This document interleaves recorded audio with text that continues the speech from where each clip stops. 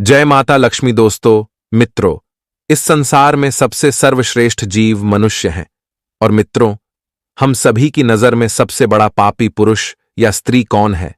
सबसे बड़ा पापी अगर स्त्री है तो आप सभी कमेंट बॉक्स में जय श्री कृष्णा लिखना, और अगर पुरुष सबसे बड़ा पापी है तो आप लोग कमेंट बॉक्स में हर हर महादेव लिखकर जरूर कमेंट करें। तो मित्रों, आज की इस वीडियो में हम आप सभी को बताने वाले हैं कि दुनिया का सबसे बड़ा पापी कौन है। तो मित्रों, हम आप सभी को एक कथा सुनाने वाले हैं। तो मित्रों, इस कथा को शुरू से लेकर अंत तक जरूर देखें और सुनें। तभी मित्रों, आप सभी को पता चल पाएगा कि इस दुनिया का सबसे बड़ा पापी कौन है। मित्रों, एक बार की बात है, एक बैल और एक गाय आपस में प्रेम पूर्वक रहते थे और एक दिन दोनों एक साथ जंगल में घास खा रहे थे। तभी घास खाते खाते गाय को प्यास लगती है, तो वह गाय बैल से कहती है, हे स्वामी, मुझे बहुत जोर की प्यास लगी है। तो वह बैल कहता है, हे देवी, यहीं से थोड़ी दूर पर एक नदी है, चलो हम चलते हैं। उस नदी में पानी पीकर हम दोनों की प्यास बुझेगी। उसके बाद गाय और बैल दोनों नदी पर पहुंचकर अपनी प्यास बुझाते हैं। उसके बाद वहीं पर बैठकर विश्राम करने की सोचते हैं। और मित्रों, गाय और बैल को आपस में बहुत प्रेम था। एक बार की बात है, गाय और बैल आपस में बातें कर रहे थे। तभी बैल कहता है, इस संसार में सबसे बड़ा पापी और विश्वासघाती स्त्री होती है। गाय यह बात सुनकर उसको क्रोध आ जाता है और वह कहती है, नहीं, ऐसा नहीं है। इस संसार में सबसे बड़ा पापी और विश्वासघाती पुरुष होता है। आगे बैल कहता है, हे देवी, तुम गलत कह रही हो। गाय और बैल एक दूसरे की बात से सहमत नहीं थे। फिर दोनों के बीच एक भयंकर लड़ाई होती है और उस लड़ाई में बात मारने पीटने पर उतर आती है। तभी बैल कहता है, हे देवी, हम दोनों आपस में क्यों लड़ रहे हैं? क्यों ना हम दोनों भगवान श्री कृष्ण के पास जाकर यह पता करें कि इस संसार का सबसे बड़ा पापी स्त्री या पुरुष है।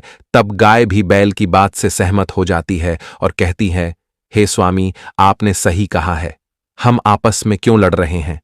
चलो हम दोनों भगवान श्री कृष्ण के पास चलते हैं और जानते हैं इस दुनिया का सबसे बड़ा पापी स्त्री या पुरुष है। फिर गाय और बैल दोनों एक साथ भगवान श्री कृष्ण के पास पहुंच जाते हैं। फिर वह बैल भगवान श्री कृष्ण को प्रणाम करता है और कहता है, हे प्रभु, इस संसार में सबसे बड़ा पापी और विश्वासघाती स्त्री होती है। तब भगवान श्री कृष्ण कहते हैं, हे बैल, तुम कैसे कह सकते हो कि इस संसार का सबसे बड़ा पापी और विश्वासघाती स्त्री होती है? भगवान श्री कृष्ण ने बैल की बात सुनकर बैल से कहा, तुम कैसे कह सकते हो कि इस संसार में सबसे बड़ा पापी और विश्वासघाती स्त्री होती है? प्रिय मित्रों, अगर आप लोगों को यह कथा अच्छी लग रही हो तो कथा को अंत तक सुने, क्योंकि आधा अधूरा ज्ञान विष के समान होता है। तो मित्रों, वीडियो को शुरू से लेकर अंत तक जरूर देखना और सुनना। और मित्रों, मुझे माता लक्ष्मी से यही कामना है कि इस वीडियो को जो भी स्त्री या पुरुष शुरू से लेकर अंत तक देखेगा, उसके घर में माता लक्ष्मी सदैव वास करेंगी। और जो भी व्यक्ति इस वीडियो को स्किप कर देता है, उसका घर माता लक्ष्मी छोड़कर चली जाएंगी। और मित्रों, आप लोगों ने अभी तक वीडियो को लाइक नहीं किया तो वीडियो को लाइक कर दीजिए, और साथ में हमारे इस यूट्यूब चैनल पर नए हो तो चैनल को सब्सक्राइब करके बेल नोटिफिकेशन को ऑल पर सेलेक्ट कर दीजिए। तो मित्रों, चलिए हम सभी कथा को आगे जानते हैं। तब भगवान श्री कृष्ण से वह बैल कहता है, हे प्रभु, मैं आपको एक कहानी सुनाना चाहता हूं, जिससे हम सबको यह साबित होगा कि पुरुषों से ज्यादा स्त्री पापी और विश्वासघाती होती है। फिर भगवान श्री कृष्ण बोले, ठीक है, तुम कहानी सुनाओ।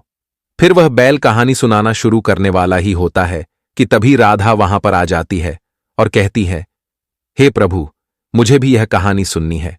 मैं भी सुनना चाहती हूं कि सबसे बड़ा पापी और विश्वासघाती कौन है, पुरुष या स्त्री? तब भगवान कृष्ण कहते हैं, ठीक है देवी, बैठो, आप भी सुन लो। फिर वह बैल भगवान श्री कृष्ण और देवी राधा के सामने कहानी सुनाने लगता है। वह बैल कहता है, मध्य प्रदेश में एक बहुत प्रसिद्ध राजा राज्य करता था, और उस राजा का नाम था परम प्रताप। और उसके पास 4 बेटे थे, जो सभी बहुत ही बहादुर और प्रतापी थे। लेकिन सबसे बड़ा बेटा, जिसका नाम धर्म प्रताप था, वह केवल प्रतापी ही नहीं बल्कि बहुत ही सुंदर भी था। उसकी पत्नी सुषमा भी बहुत ही सुंदर और रूपवान थी। वह अपने आगे किसी दूसरी स्त्री को सुंदर नहीं मानती थी। एक दिन राजा परम प्रताप ने अपने बेटे धर्म प्रताप को उसकी किसी बात पर नाराज होकर राज्य से निकाल देने का आदेश दिया। राजा का यह आदेश सुनकर सभी इस बात से चिंतित हो गए। फिर धर्म प्रताप अपने महल में गया और उदास हो गया। उधर धर्म प्रताप को उदास देखकर उसकी पत्नी सुषमा ने पूछा, हे प्राणनाथ, आप उदास क्यों हैं? आप इतने मुरझाए हुए क्यों हैं? राजकुमार होकर भी आप इतने चिंतित क्यों हैं? क्या हुआ है स्वामी? तब धर्म प्रताप सोचने लगा कि मैंने बहुत बुरा किया है और अपनी सारी बात अपनी पत्नी को बता दी। उसी समय उसकी पत्नी सुषमा मूर्छित हो जाती है। फिर दासिया ने सुषमा पर गुलाब के पानी का छिड़काव किया, तब जाकर वह होश में आई। अब होश में आकर सुषमा ने अपने पति राजकुमार धर्म प्रताप से कहा, हे स्वामी, आप यूं मुझे छोड़कर किसी अन्य प्रदेश चले जाएंगे तो मैं आपके बिना कैसे जी पाऊंगी? हे प्राणनाथ, मैं भी आपके साथ ही चलूंगी। तब राजकुमार धर्म प्रताप अपनी पत्नी सुषमा से कहता है, हे देवी, तुम मेरे साथ कैसे चल सकती हो?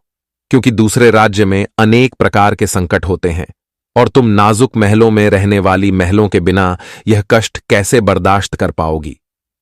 फिर राजकुमार धर्म प्रताप की इस बात को सुनकर राजकुमारी सुषमा धर्म प्रताप से कहती है, हे स्वामी, जितने भी दुख दूसरे राज्य में आएंगे वे सब हमारे साथ होते हुए सुखी ही लगेंगे, लेकिन महल के सुख बिना आपके जंगल के दुखों से भी अधिक डरावने लगेंगे।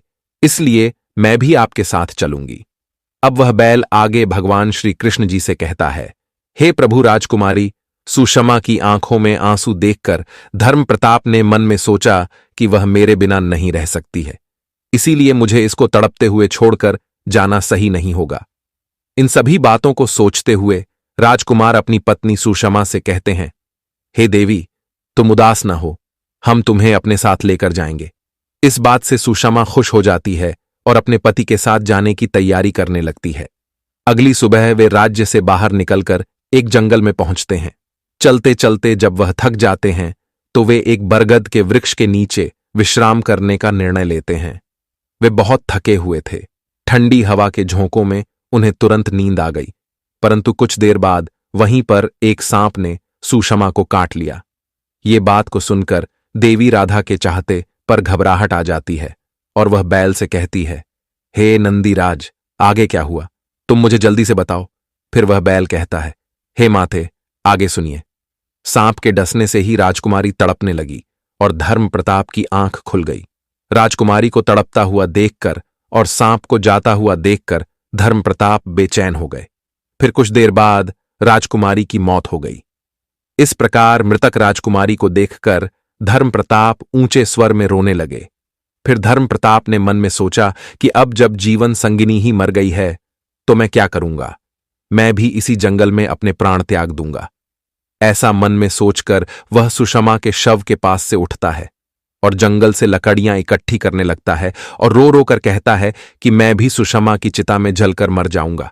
लेकिन तभी उसी समय स्वर्ग से एक देवदूत आता है और धर्म प्रताप को रोते हुए देखकर उसके मन में दया आती है।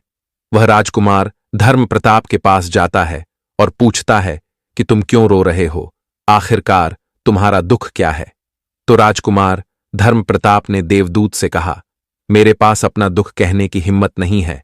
मुझे चाहिए कि यह धरती फट जाए और मैं इसमें समा जाऊं। फिर देवदूत ने कहा, तुम मुझे अपना हाल बताओ, शायद मैं तुम्हारी कुछ मदद कर सकूं। फिर धर्म प्रताप ने कहा, महाराज, मैं एक राजकुमार हूं और राजा परम प्रताप का बड़ा बेटा हूं। मेरे पिता ने मुझे राज्य छोड़ने के लिए कहा था, इसलिए मेरी पत्नी और मैं इस जंगल में चलते चलते यहां आ गए। यहां आकर मेरी पत्नी को सर्प ने काट लिया है और उसकी मृत्यु हो गई है और मैं लकड़ियां इकट्ठा कर रहा हूं ताकि मैं अपनी पत्नी के साथ ही जलकर अपने आप को भी अग्नि के हवाले कर सकूं। आगे वह बैल भगवान श्री कृष्ण से कहता है, हे प्रभु, आगे सुनिए। धर्म प्रताप की बातों को सुनकर देवदूत कहते हैं, राजकुमार, तू बड़ा मूर्ख है। यह संसार है, यहां इंसानों का आना जाना लगा रहता है। इस शरीर को एक दिन सबको त्यागना पड़ेगा, तू भी इसे जानता है। इस संसार में कोई भी किसी के साथ नहीं आता और ना ही किसी के साथ जाता है। फिर भी तुम मूर्खों की तरह यह बात कर रहे हो। अगर तू जीवित रहेगा तो बहुत सारी रानियां तुझे मिलेगी, इसीलिए मेरे कहने पर मरने का विचार छोड़ दो।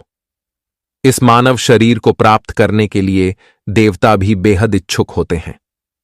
तुम फिर शरीर को क्यों नष्ट करना चाहता है? इस प्रकार देवदूत के शब्दों को सुनकर धर्म प्रताप कहता है, महाराज, आपने जो कुछ कहा है वह सत्य है, किंतु ऐसी पतिव्रता पत्नी मुझे किसी जन्म में भी नहीं मिलेगी, इसलिए मैं इसके साथ ही मरूंगा। धर्म प्रताप के विचार सुनकर देवदूत ने जान लिया कि यह अपनी पत्नी के बिना नहीं रह सकता है। तब देवदूत ने धर्म प्रताप से कहा, राजकुमार, तेरी पत्नी को जीवित करने के लिए केवल एक ही उपाय है। अब तुम मेरी बात को ध्यान से सुनो। यदि तुम इस उपाय को कर सकते हो तो तेरी पत्नी जीवित हो सकती है। फिर धर्म प्रताप ने कहा, महाराज, आप जो कुछ भी कहेंगे वह सब करने के लिए तैयार हूं, केवल मेरी पत्नी को जीवित कर देना। तब देवदूत ने कहा, तुम्हारी पत्नी की आयु केवल 50 वर्ष ही थी जिसे उसने बिता दिया। इसके बदले तेरी उम्र 90 वर्ष की है, जिसमें से 55 वर्ष बीत चुके हैं। जीवन काल में 35 वर्ष अभी बाकी है, यानी तुझे 35 साल और जीने का अवसर है। यदि तू अपनी पत्नी को आधा अपने जीवन का समर्पण कर देता है तो तुम दोनों की आयु समान हो जाएगी। अगर तुम यह मान लो तो राजकुमारी जल्द ही ठीक हो जाएगी। इस तरह देवदूत की बात सुनकर राजकुमार धर्म प्रताप ने कहा, मुझे मंजूर है। फिर देवदूत ने धर्म प्रताप के हाथ में पानी दिया और 15 वर्षों के लिए राजकुमारी के पैरों पर पानी डालने का संकल्प लिया। अब जैसे ही धर्म प्रताप ने संकल्प किया कि वह जल को रानी के पैरों पर डालेगा, देवदूत ने कह दिया, पानी को पैरों पर डालने से पहले मेरी एक बात को ध्यान से समझ लो। इसमें एक गुप्त रहस्य भी है। अभी तो तुझे राजकुमारी की आवश्यकता है, तुम पानी डालकर उसे बचा सकते हो। लेकिन अगर भविष्य में राजकुमारी की आवश्यकता नहीं पड़ती है तो तुम अपने संकल्प को वापस भी ले सकते हो। परंतु एक बात हमेशा याद रखना, इस संकल्प को कभी वापस ले सकने की बात राजकुमारी से मत कहना, वरना तुम अपने संकल्प को वापस नहीं ले सकोगे। हमेशा याद रखना, जीवन में कुछ बातें हमेशा छुपा कर रखनी चाहिए, क्योंकि कभी कभी यह बातें काम आ सकती हैं। फिर ऐसा कहकर और उस रानी के सामने ना आकर वह देवदूत अंतर्ध्यान हो जाता है। फिर धर्म प्रताप अपनी पत्नी के ऊपर पानी छिड़कता है। फिर उसकी पत्नी को होश आ जाता है। तब धर्म प्रताप राजकुमारी से कहता है, तुम सो गई थी और बहुत थकी हुई थी, इसलिए मैंने तुम्हें नहीं जगाया।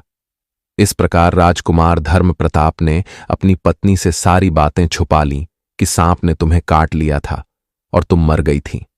मैंने तुम्हें फिर जीवित कैसे किया है, यह सब राजकुमार ने अपनी पत्नी से छुपा लिया। फिर भगवान श्री कृष्ण बैल से कहते हैं कि हे नंदी महाराज, आगे क्या हुआ? फिर बैल आगे कहता है, हे प्रभु। फिर वह दोनों आगे बढ़ गए। कई दिनों बाद उन्होंने एक बहुत ही सुंदर स्थान देखा। वहां पर एक महात्मा की कुटिया थी। जब वे वहां पहुंचे तो उन्होंने देखा कि एक सुंदर युवा महात्मा शांति से बैठकर कोई साधना कर रहा था। वे दोनों बहुत ही थके हुए थे, इसीलिए महात्मा के पास बैठ गए। उस समय राजकुमार ने अपनी पत्नी से कहा, राजकुमारी, हमें प्यास लगी है, हम कुएं पर जाकर पानी पी लेते हैं। अगर तुम भी प्यासी हो तो तुम्हारे लिए भी पानी ले आते हैं। तब राजकुमार की बात सुनकर सुषमा ने कहा, मुझे तो प्यास नहीं लगी है, आप जाइए और पानी पी आइए। इसके बाद राजकुमार धर्म प्रताप एक रस्सी लेकर कुएं की ओर जाते हैं। जब राजकुमार पानी पीने पहुंचे तो राजकुमारी सुषमा उस महात्मा की ओर देखती है। सुषमा महात्मा की सुंदरता को देखकर उस पर मोहित हो गई, अर्थात वह उसे दिल दे बैठी थी। अब वह महात्मा से कहती है, हे महोदय, आप तो यहां बहुत खुशी से रहते हैं। महात्मा ने कहा, सुनो, तुम भी मेरे साथ रह सकती हो, लेकिन तुम्हारे पति भी साथ में हैं, तो हम तुम्हें कैसे रख सकते हैं? इसके बाद राजकुमारी सुषमा ने महात्मा के सामने अपनी प्रेम लीला प्रकट की तो महात्मा ने कहा, मैं एक उपाय बताता हूं। तुम अपने पति को जिस कुएं में वह पानी पीने गया है उसी कुएं में धकेल देना, फिर जो होगा हम देख लेंगे। फिर महात्मा की बात सुनकर राजकुमारी सुषमा ने कहा, मैं ऐसा ही करूंगी। धर्म प्रताप पानी पीकर राजकुमारी के पास आया तो वह कहने लगी, मुझे भी अब प्यास लग रही है, कुएं पर वापस चलकर मुझे भी पानी पिलाओ। तो राजकुमार धर्म प्रताप बोला, मैंने तुमसे पहले ही पूछा था और तुमने मना कर दिया था। खैर, अगर तुम्हें प्यास लगी है तो मैं अभी पानी लेकर आता हूं। तब धर्म प्रताप पानी लेने चला तो सुषमा भी उसके साथ जल्दी से कहने लगी, मैं भी तुम्हारे साथ चलती हूं बेचारा। धर्म प्रताप तो उसके प्रेम में पागल था। उसे क्या मालूम था कि यह मेरे प्राण लेने के लिए मेरे साथ आ रही है। इतनी बात कहकर वह बैल अपना सिर नीचे झुकाता है और कुछ देर शांत रहता है। फिर उस शांति को भांग करते हुए देवी राधा जी कहती हैं, हे नंदी महाराज, आगे क्या हुआ? जल्दी से बताओ, मैं आगे की कथा जानने के लिए बहुत उतावली हो रही हूं। आगे वह बैल कहता है, हे माते, वास्तव में विद्वान सच कहते हैं कि स्त्रियों के चरित्र को देवता भी नहीं जान सकते। मानव क्या चीज है, उनके जाल में अच्छे अच्छे बुद्धिमान भी फंस जाते हैं। जब राजकुमार धर्म प्रताप कुएं पर जाकर पानी भरने के लिए बाल्टी डालता है तो सुषमा अपने पति यानी राजकुमार धर्म प्रताप को धक्का देकर कुएं में गिरा देती है और खुद उस महात्मा के पास चली जाती है। वह महात्मा राजकुमारी को अपने साथ ले जाकर एक राज्य में बस जाता है और वहां दोनों खुशी से रहने लगते हैं। महात्मा ने फिर सुषमा को ऐसा नाचना और गाना सिखाया कि वह नृत्यांगना के रूप में मशहूर हो गई। धीरे धीरे वह राजकुमारी पूरे नगर में प्रसिद्ध हो गई। इस तरह सुषमा के नृत्य और गीत के कारण उस महात्मा के पास लाखों रुपए बन गए। राजकुमारी भी उस महात्मा के साथ मस्ती में रहने लगी। जिस समय सुषमा ने अपने पति धर्म प्रताप को कुएं में धकेल दिया था, तब संयोग से एक जंजीर जो कुएं में लटकी थी उसे धर्म प्रताप ने पकड़ लिया था और उसको पकड़कर कुएं में लटकता रहा। ईश्वर को याद करते हुए वह सोचने लगा, क्या यही मेरे प्यार की सजा है? कुछ समय बाद राजकुमारियां का एक काफिला वहां आया। काफिले में से एक राजकुमारी बाल्टी लेकर कुएं का पानी भरने लगा। जब उसने पानी में बाल्टी डाली तब धर्म प्रताप ने उसकी बाल्टी को हाथ से पकड़ लिया। राजकुमारी यह देखकर चौंक गई और पूछा, तुम कौन हो? राजकुमार। धर्म प्रताप ने कहा, हे बहन, मैं एक कुएं में अटका हुआ हूं। मुझे यहां से निकालो और मेरी जान बचाओ। मैं सारी जिंदगी आपके उपकार को नहीं भूलूंगा। और ऐसा कहकर राजकुमार धर्म प्रताप राजकुमारी से प्रार्थना करने लगा। फिर राजकुमार धर्म प्रताप के दुख को देखकर राजकुमारी को उस पर दया आ गई और उसने धर्म प्रताप को कुएं से बाहर निकाल लिया। फिर पूछा, भाई, तुम कौन हो? तुम इस कुएं में कैसे गिरे? तुम मुझे अपना हाल बताओ। तब धर्म प्रताप ने कहा, भाई, मैं अपना हाल आपसे कैसे कहूं? जो मुश्किलें मेरे साथ हुई हैं, भगवान न करें किसी के साथ ऐसा हो। फिर धर्म प्रताप ने कहा, यदि तुम मुझसे जानना ही चाहते हो तो मैं आपको अपनी कहानी सुनाता हूं। मैं एक राजकुमार हूं। मेरे पिता ने मुझे राज्य से निकाल दिया था, इसलिए मैं अपनी प्रिय पत्नी के साथ एक जंगल में पहुंच गया। मेरी पत्नी और मैं एक दूसरे से बहुत प्यार करते थे। जंगल में एक सांप ने मेरी पत्नी को काट लिया, जिससे उसकी मृत्यु हो गई। मैं जब अपनी पत्नी के साथ मरने जा रहा था, तब एक देवदूत ने मुझ पर दया की और मेरी आयु के 15 वर्ष मेरी पत्नी को देने के बाद उसे पुनर्जीवित कर दिया। फिर हम उस जंगल से आगे बढ़े। कुछ दिनों बाद हम एक स्थान पर पहुंचे जहां एक महात्मा का डेरा था। हम दोनों वहीं रुके और हमें प्यास लगी तो मैं पानी पीने कुएं के पास आया तो मेरी पत्नी मुझे धक्का दे दी और मैं कुएं में आ लटका। तभी कुछ समय बाद आप वहां आ पहुंचे। फिर धीरे धीरे कुछ समय बीतता गया। राजकुमार धर्म प्रताप एक गांव में रहने लगा। धर्म प्रताप एक सेठ साहूकार के पास मुनीम का नौकरी करने लगा। एक दिन शहर के सभी व्यापारी और सेठ साहूकार राजा के यहां पहुंच गए। धर्म प्रताप, जो राजकुमारी के नृत्य और गायन की प्रशंसा सुनता था, उसने भी सोचा, मुझे इस नृत्य को देखना चाहिए। वह भी राजा के दरबार में सेठ के साथ पहुंच गया। राजकुमारी ने अप्सराओं के समान नृत्य किया और अपनी सुरीली आवाज में कई सुंदर राग को प्रस्तुत किया। उसके गाने को सुनकर महफिल के सभी लोग आश्चर्य में आ गए और सभी ने बहुत सारे इनाम दिए। इसके साथ ही राजा से लेकर प्रजा तक सभी ने उसकी प्रशंसा की। राजकुमार धर्म प्रताप ने अपने हाथ की अंगूठी निकाली जिसमें हीरा जड़ा हुआ था और उस अंगूठी को सुषमा को भेंट कर दिया। इसके बाद सुषमा ने अंगूठी को पहचान लिया और मन ही मन में कहने लगी, यह तो बहुत बड़ा आश्चर्य हो गया। मेरा पति जिंदा है और यहां पहुंच गया है। अब वह मुझे नहीं छोड़ेगा, इसलिए मुझे कुछ ऐसा करना चाहिए जिससे वह मारा जा सके। उसने मन में सोचा, अब मैं यहां के राजा को एक सुरीला गाना और नृत्य प्रस्तुत करती हूं। जिससे वह खुश होकर मुझे कुछ मांगने के लिए बोलेंगे। तब मैं राजा के आदेश से उसे मरवा दूंगी। इसके बाद राजकुमारी सुषमा ने एक सुरीला गाना और नृत्य प्रस्तुत किया। राजकुमारी की इस बसंत को सुनकर राजा खुश हुआ। वह सुषमा से बोले, मैं तुम पर बहुत खुश हूं, तुम मुझसे क्या मांगती हो? तब राजकुमारी ने कहा, अगर आप मुझसे प्रसन्न हैं तो सबसे पहले मुझे वचन दीजिए और फिर जो कुछ मैं मांगूंगी आप मुझे वहीं देंगे। फिर सुषमा ने कहा, इस सभा में एक चोर है, कृपया उसे फांसी की सजा दे। राजा ने कहा, तुम उस चोर को मेरे सामने लाओ। सुषमा ने धर्म प्रताप का हाथ पकड़ा और उसे राजा के सामने ले गई। राजा ने अपने सैनिक को आदेश दिया, इस चोर को दोनों जल्लादों के पास ले जाओ और इसे फांसी पर चढ़ा दो। इसी बीच धर्म प्रताप का सेठ भी वहां पहुंचा। वह डरकर धर्म प्रताप के पास गया और पूछा, तुमने क्या चुराया है इसका, जिसके कारण वह तुझे मारना चाहती है? धर्म प्रताप ने अपने मालिक से कहा, मालिक, मैंने कुछ नहीं चुराया है, बस आप इस राजा को केवल यह बता दो कि वह मेरी दो बातें सुन ले, इससे मेरी जान बच सकेगी। अब धर्म प्रताप का मालिक इसे सुनकर अपने साथी व्यापारियों और साहूकारों के पास गया और सभी ने मिलकर मशवरा किया। उन्होंने कहा, मित्रों, या तो राजा न्याय करें या हम सभी इस शहर को छोड़कर कहीं और चले जाएंगे। और इस प्रकार सभी व्यापारी राजा के पास गए और कहने लगे, राजा साहब, हमारा मुनीम निर्दोष है, उसे मार देने का आपका आदेश है। वह कह रहा है कि वह अपनी दो बातें आपको कहना चाहता है, फिर भी आपको लगे कि उसने अपराध किया है तो उसे फांसी दे देंगे, लेकिन वह कहता है कि मेरे मरने से पहले राजा केवल मेरी दो बातों को जरूर सुने। फिर राजा ने व्यापारियों की बात सुनकर कहा, ठीक है, मुनीम को बुलाओ। धर्म प्रताप को लेकर राजा के सामने लाया गया और राजा ने कहा, तुम जो कुछ कहना चाहते हो वह मेरे सामने कहो। तब राजकुमार धर्म प्रताप ने कहा, महाराज, मैंने क्या दोष किया है जिसके कारण आपने मेरी हत्या का आदेश दे दिया है? फिर उसकी बात को सुनकर राजा ने कहा, तू इसका चोर है। धर्म प्रताप ने कहा, नहीं महाराज, मैं इस कुल्लटा स्त्री का पति हूं जो मुझे एक किए में मारने के लिए धकेलकर एक महात्मा के साथ चली आई है। राजकुमारी सुषमा ने समझ लिया कि बात बिगड़ रही है। तब राजा से कहती है, महाराज, मैं कुल्लटा नहीं हूं, यह झूठ बोल रहा है। कौन है? मैं तो इसे जानती तक नहीं, ये तो मेरा चोर है, मैं सिर्फ इतना ही जानती हूं।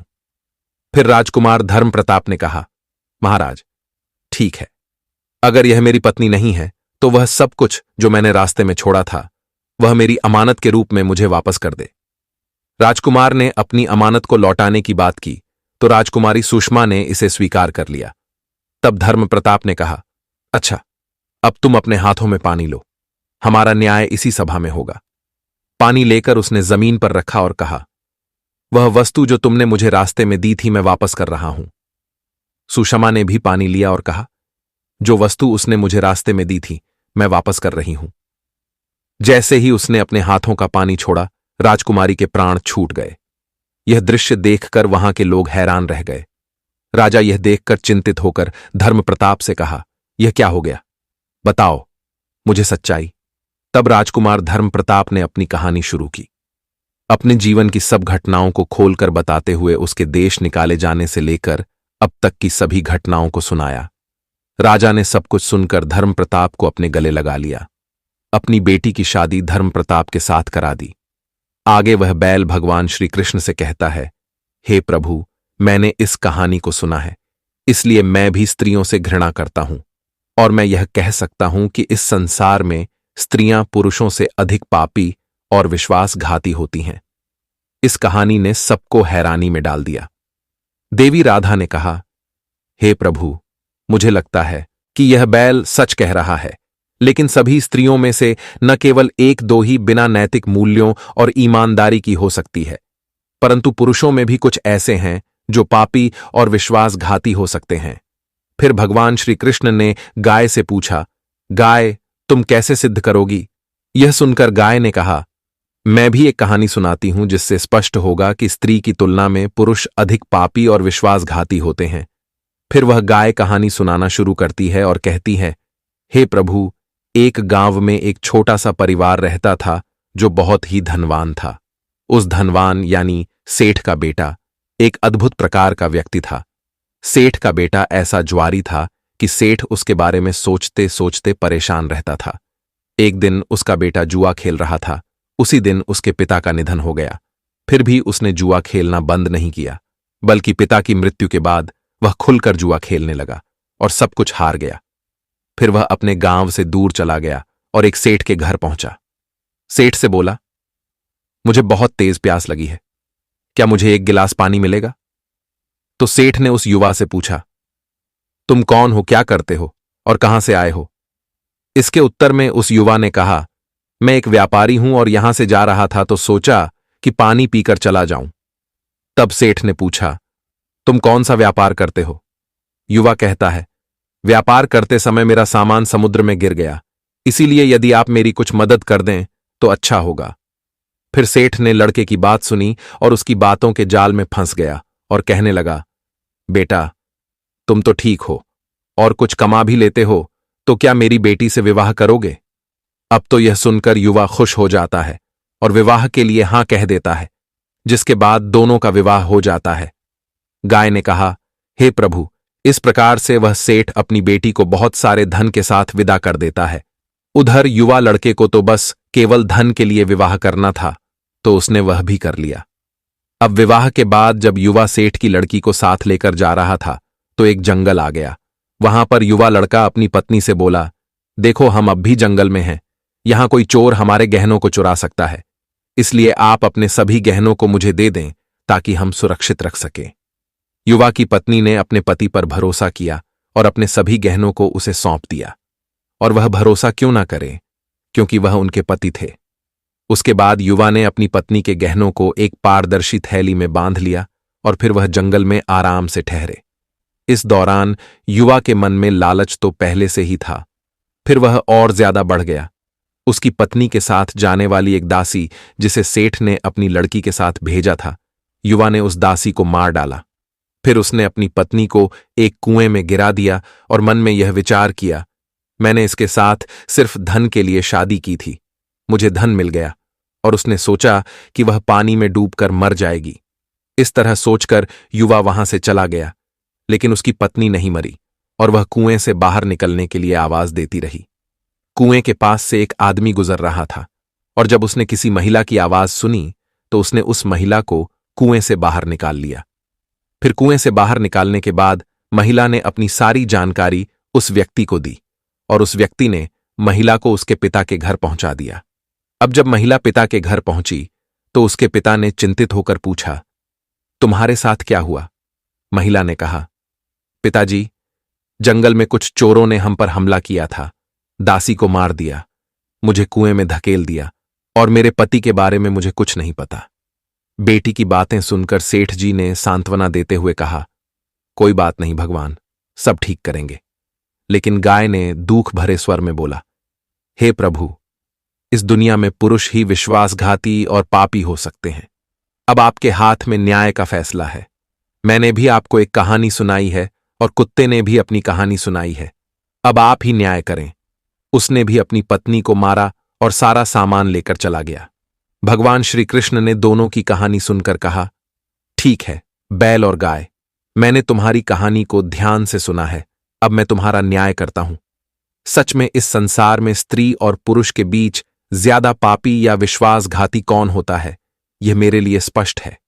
श्री कृष्ण ने बिना किसी संदेह के कहा, यह सत्य है कि इंसान की सोच उसके स्तर से नीचे जा सकती है और वही पापी और विश्वासघाती होता है।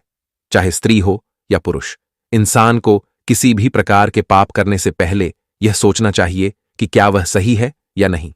पापी और विश्वासघाती होने की कोई जाति नहीं होती, यह इंसान की सोच और कृतियों का परिणाम होता है।